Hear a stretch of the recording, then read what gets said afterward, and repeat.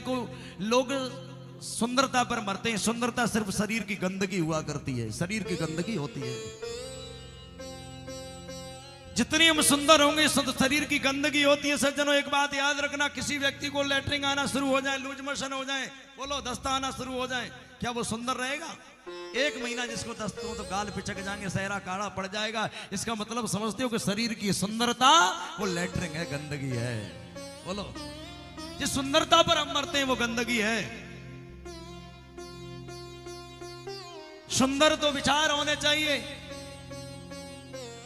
पहले आज लोग डेंट पेंट करते हैं, क्रीम पाउडर लगाते हैं। उस जमाने में कोई क्रीम पाउडर लगाने की आवश्यकता नहीं थी। लोग ब्रह्मचर्य के बल से इतना सुंदर हुआ करते थे कि उन्हें श्रृंगार करने की कोई आवश्यकता नहीं थी।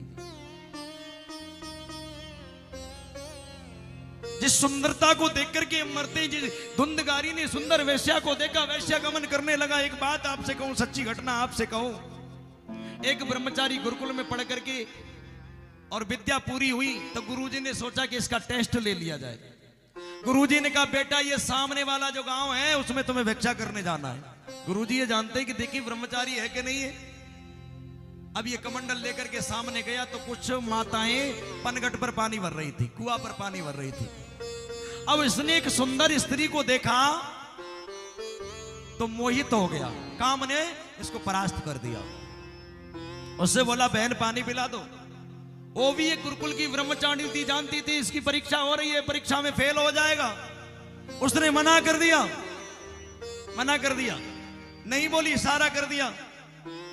अब ये उसने मटकी उठाई, अपने घर के लिए चल दिए। ब्रह्मचारी पीछे पीछे जा रहा है। घर में मटकी को रखा, समझ गई कि ये काम का शिकार हो गया। बाहर आई, बोले भैया तुम मेरे साथ में विवाह करना चाहते हो? बोले हाँ। तो जाओ आज से 7वें दिन आना और मैं तुम्हारे साथ में विवाह कर लूंगी। यानी सुंदरता गंदगी कैसे है। अब उस लड़की ने ऐसा पदार्थ खाया जिससे उसे लूज मोशन हो गए, लैट्रिन शुरू हो गई। उसने गड्ढा खुदवाया और वहां वो लैट्रिन करती रही। अब ये ब्रह्मचारी गुरुकुल में पहुंचा, गुरुजी ने समझ लिया आज कोई ना कोई शिकार हो गया, ये तो काम का शिकार हो गया। कहा बेटा 7वें दिन फिर जाना भिक्षा लेने। और ब्रह्मचारी यही जा रहा था।